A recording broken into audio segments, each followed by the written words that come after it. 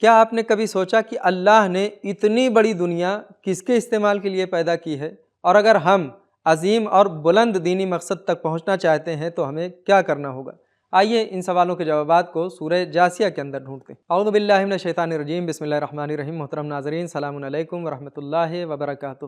سورہ جاثیہ کی تفسیر کا یہ چوتھا ایپیسوڈ ہے، جس کے اندر ہم سورہ جاثیہ کی آیت نمبر 13، 14 اور 15 کی تفسیر کو جانیں گے۔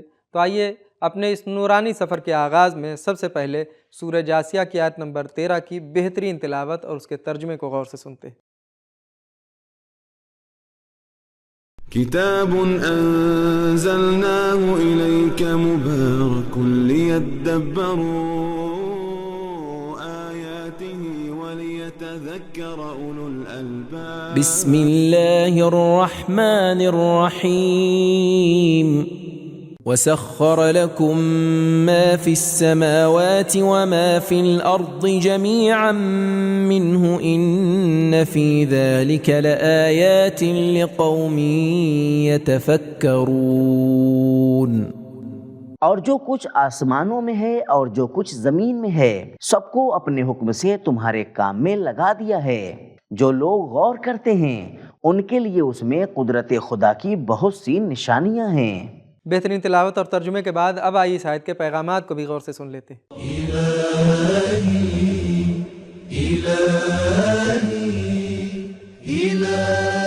نمبر 1، ساری دنیا انسان کے فائدے اور استعمال کے لیے پیدا کی گئی ہے۔ نمبر 2، دنیا پر حاکم ہونے کی وجہ سے غرور نہ کریں، کیونکہ جو کچھ بھی ہے اللہ کا ہے۔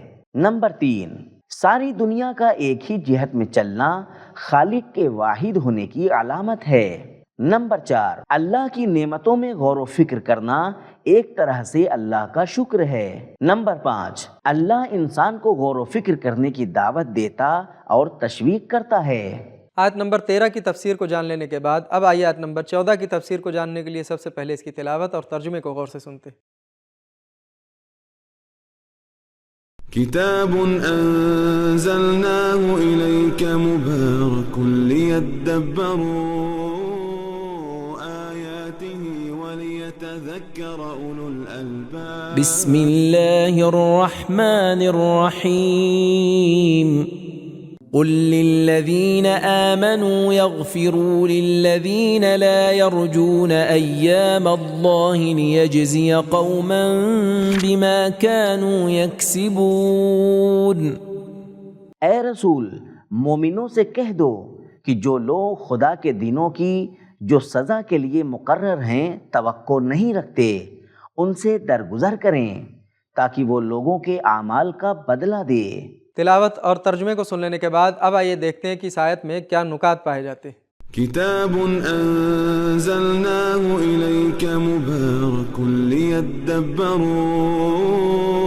آیاته ولیتذکر۔ ایام اللہ سے مراد تاریخ کے وہ دن ہیں جن میں ظالموں کے تئیں اللہ کے عذاب یا مومنوں کے تئیں اللہ کی رحمت کے بارے میں بڑا انقلاب آیا ہو۔ مکہ کے مشرکین وہاں کے مسلمانوں سے دشمنی اور اذیت کرتے تھے، اسی لیے ان لوگوں نے بدلہ لینے کی سوچی، لیکن اللہ نے اپنے نبی کو حکم دیا کہ مسلمانوں سے کہہ دو کہ جلدی نہ کریں، کیونکہ ابھی وہ طاقتور نہیں ہیں۔ فی الحال مشرکوں کو ان کے حال پر چھوڑ دیں۔ تلاوت، ترجمہ اور نکات کو سن لینے کے بعد اب آئیے اس آیت کے پیغامات کو بھی غور سے سنتے ہیں۔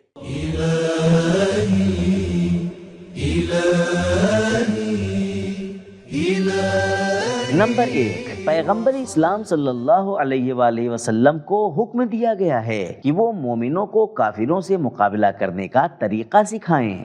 نمبر 2، ایمان کا لازمہ بخشش اور بزرگواری ہے۔ نمبر 3، عظیم اور بلند دینی مقصد تک پہنچنے کے لیے صبر اور جلد بازی سے بچنے کی ضرورت ہے۔ نمبر 4، اس بات پر ایمان کہ کفار اللہ کے عذاب میں مبتلا ہیں انسان کے اندر بخشش اور صبر کو اجاگر کرتا ہے۔ نمبر 5، عقیدے کا عمل پر اثر ہوتا ہے۔ کافروں کو قیامت کے لیے کوئی امید نہیں ہوتی، اسی لیے وہ برے کام کرتے ہیں۔ نمبر 6، انسان اپنے اعمال میں گرفتار ہے۔ نمبر 7، سزا ان برے اعمال کی ملے گی جنہیں انسان جان بوجھ کر انجام دیتا ہے۔ نمبر 8، جو چیز اللہ کے عذاب کا سبب ہے وہ گمراہی اور گناہ پر اصرار کرنا ہے۔ اب آئیے اس ایپیسوڈ کی آخری آیت یعنی سورہ جاسیہ کی آیت نمبر 15 کی تفسیر کو جاننے کے لیے سب سے پہلے اس کی تلاوت اور ترجمے کو غور سے سن لیتے ہیں۔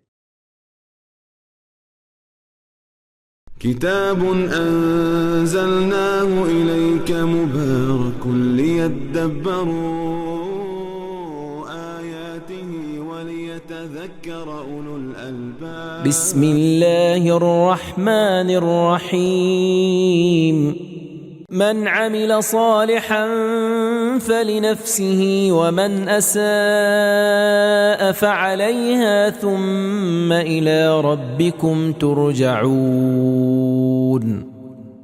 جو شخص نیک کام کرتا ہے تو خاص اپنے لیے، اور برا کام کرے گا تو اس کا وبال اسی پر ہوگا، پھر آخر تم اپنے پروردگار کی طرف لوٹائے جاؤ گے۔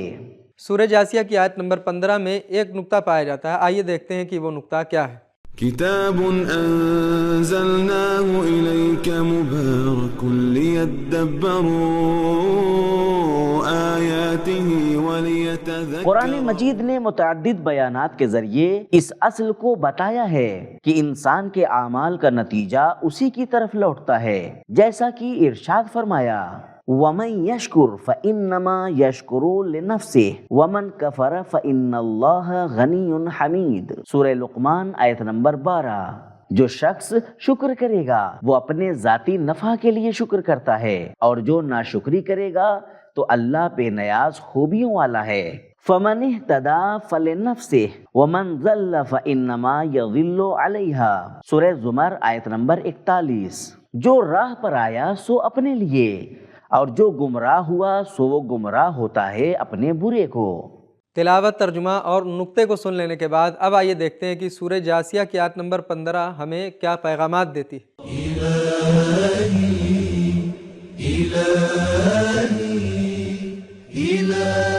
نمبر 1، اللہ کے ثواب و عذاب کا نظام عادلانہ اور انسان ہی کے نیک یا برے اعمال کی بنا پر ہے۔ نمبر 2، اللہ کو انسان کے نیک اعمال کی کوئی ضرورت نہیں ہے۔ نمبر 3، اللہ کے قانون کے سامنے تمام انسان برابر ہیں، انسان کوئی بھی ہو اور عمل کیسا بھی ہو اس پر ثواب اور عذاب ملے گا۔ نمبر 4، اللہ نے انسان کو آزاد پیدا کیا ہے۔ نمبر 5، معاد قیامت کی دلیل اللہ کا عدل ہے۔ نمبر 6، قیامت نیک لوگوں کے لیے امید اور برے لوگوں کے لیے خبردار اور تنبیہ ہے۔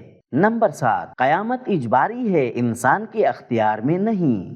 نمبر 8، اللہ کا ثواب و عذاب دینا اس کی ربوبیت کا تقاضا ہے۔ تو محترم ناظرین، ہم نے سورہ جاسیہ کی آیت نمبر 15 تک کی تفسیر کو جان لیا اور ساتھ ہی اپنے سوالوں کے جوابات بھی جان لیے۔ تو ہمارے پہلے سوال کا جواب یہ تھا کہ اللہ نے یہ ساری کائنات انسان کے فائدے اور اس کے استعمال کے لیے پیدا کی ہے، اور ہمارے دوسرے سوال کا جواب یہ تھا کہ ہمیں بلند اور عظیم دینی مقصد تک پہنچنے کے لیے صبر کرنے اور جلد بازی سے بچنے کی ضرورت ہے۔ تو ناظرین کرام، اگر اللہ نے یہ ساری کائنات ہمارے لیے پیدا کی ہے تو کیا ہم اس دنیا کا اور اس کائنات کا صحیح استعمال کرتے ہیں یا نہیں؟ جواب کمنٹ میں ضرور بتائیں۔ ملتے ہیں اگلے ایپیسوڈ میں، تب تک کے لیے شکریہ، خدا حافظ۔ سبیل قرآن، قرآنی سماج کی پہچان۔